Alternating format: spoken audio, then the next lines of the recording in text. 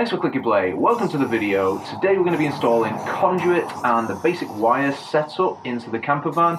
The stuff you want to do before you start insulating so it's ready to hook up to your electrics. Now this intro is going to be pretty long, so if you do want to skip to the section where I start installing it properly, there's always timestamps in the description below. But you might want to check out this first section because basically I completely messed it up.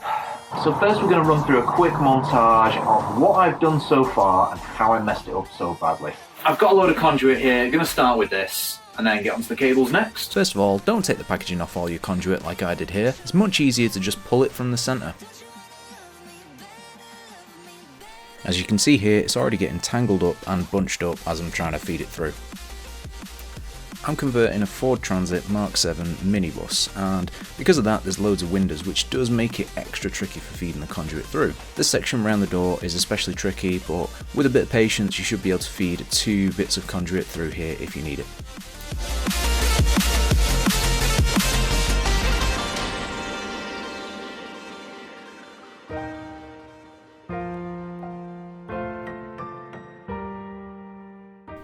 Feeding it through these top sections was tricky as well. There is a bit of space between the kind of framework and the top of the roof to feed the conduit through. But as soon as you want to take the conduit down, there's actually only a few spaces in the framework you can feed it through.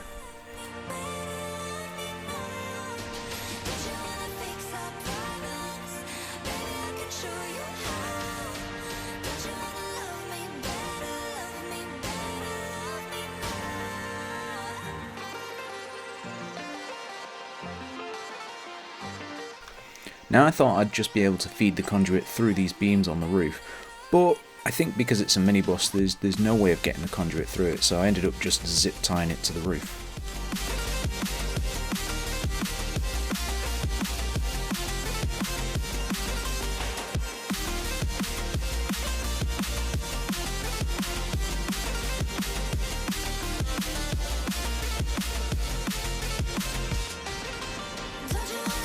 So I was under the impression that once you've fed conduit through your van, it's dead easy to feed the wires through.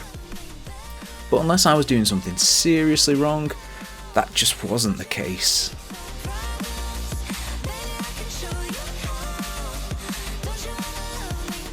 After 3 failed attempts, I decided to use the thin metal wire that comes with the conduit, tape the wires to it, and start pulling it through.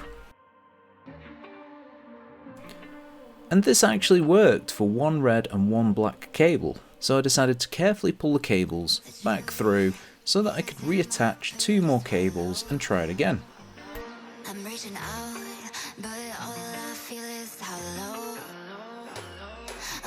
And that kinda worked, but then the cables got completely jammed, so I had to remove the conduit just to get the cables out.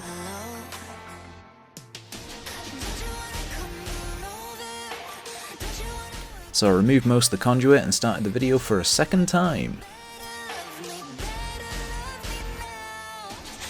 At this point I figured out it was easier feeding the wires through the conduit before I started trying to feed it through the van.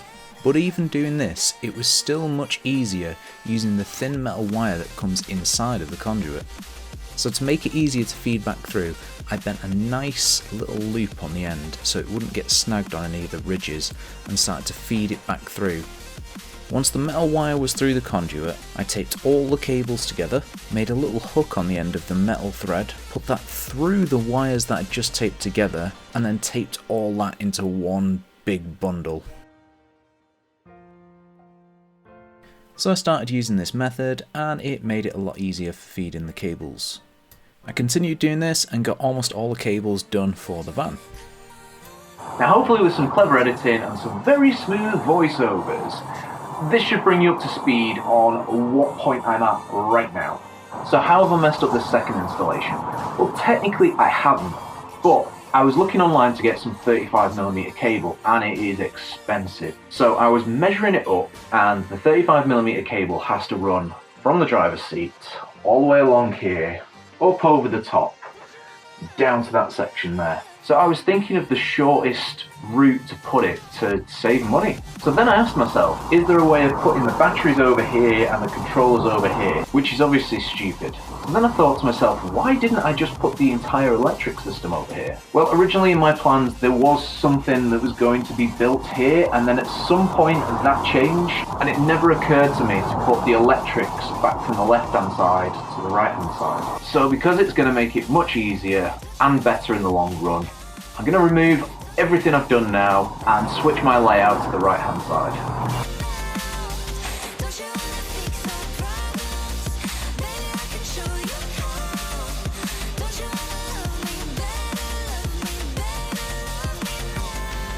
Okay, so we're pretty much back to square one now. There's one piece of conduit I've left in, and that is the one that runs over the back door there. So that one has a 6mm and a 1.5mm. That was originally for the fridge and the water pump. But if I pull the hose through a little bit more, it'll work for the heater and the USB socket I'm installing on that side.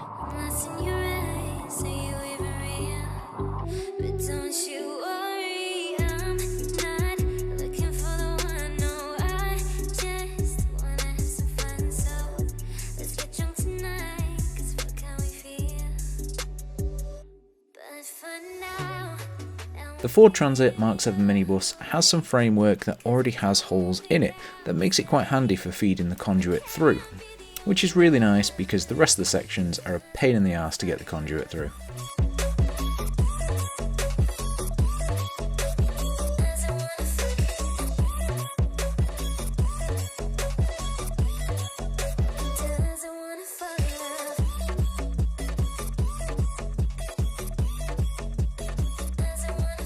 I wanted to feed this section through this hole here, but it was a good couple of millimeters smaller than the conduit was. So I decided to split the conduit so I could get it through, and then I could reconnect it with some tape.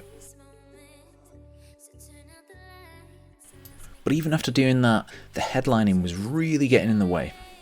So because I'm going to be putting a shelf up here anyway, I decided to just cut a massive chunk out of it to make it easier. I then used a screwdriver to force the conduit through that hole, and once a fair amount of the conduit was through, I fed the cable in and then taped the conduit together. The next section was the conduit for the solar panels. Because it's been such a pain feeding the wires through, I've decided to do this one in 2 sections. That way when I have to feed the cables through, it should make life a lot easier.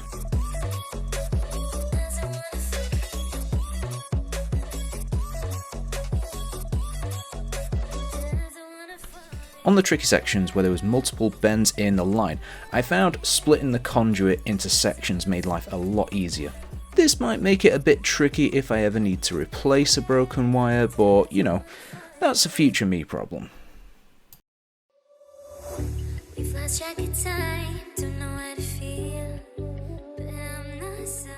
So here's a problem I didn't even know existed. I taped these 2 sets of wires up, purely for hooking them through the conduit. But I didn't tape the corresponding wires together at the top. Luckily in this case, I was able to pull one of them through slightly to identify which one was which. But for the rest of the wires in the van, I'm going to have to test them, mark them and label them up before I start connecting things. With so many cables coming out at the same point, I wanted to try and keep things neat. But with nowhere really to fix the conduit properly, I started crushing it slightly so I could feed it through these gaps in the framework.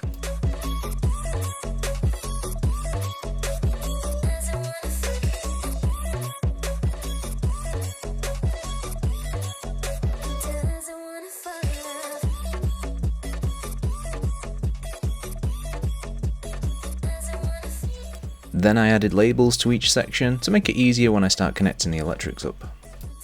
Ooh!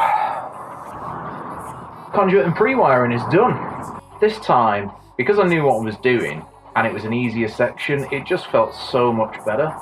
The only 2 cables I'm missing are my extension cables for my solar panel, and my cable for my split charge relay because they haven't arrived yet. So let me take you on a quick tour of what cables are going where. It just went from barbecue weather to hailstone. Welcome to the UK! Okay, so first we've got the main light section. That's going to be 6 lights, covering the front half of the van, well, more than front half of the van. So we've gone from the power, all the way down the side, up to the top, and then I'm going to loop it round from that section there. Second of all is the bedroom lights. So I'm going to have 4 lights above the bedroom. The reason for this is I want to switch next to the bed. So I can turn one set of lights off, get into bed, and then turn the second section of lights off. I'm also putting a USB charger next to my bed on a small little shelf. Next is a cable for a heater. So I'm going to have a bench area here and the heater will go underneath it. But because it's the bench area, I'm going to locate a USB charger around there as well. Not sure exactly where, but at least the cable's there so I can do it. And now we've got the fridge and sink pump. These two are going to be right next to each other, so it's just a straight line comes out of that section. Next, I've got the toilet light. This wasn't on the original plan, but the toilet's going to need some light, and I don't like the thought of a light on the toilet being on all the time. But whilst I was considering that, I thought that the kitchen area might need a small light underneath the cabinets I'm going to install. So this cable is going to run across there, and whilst I was doing it, I thought, add another charge point. In my mind, having a few charge points scattered around the camper isn't a bad thing. And the last section is the solar panels, so I'm going to run the cables through the roof at this point, and then just down here and along this.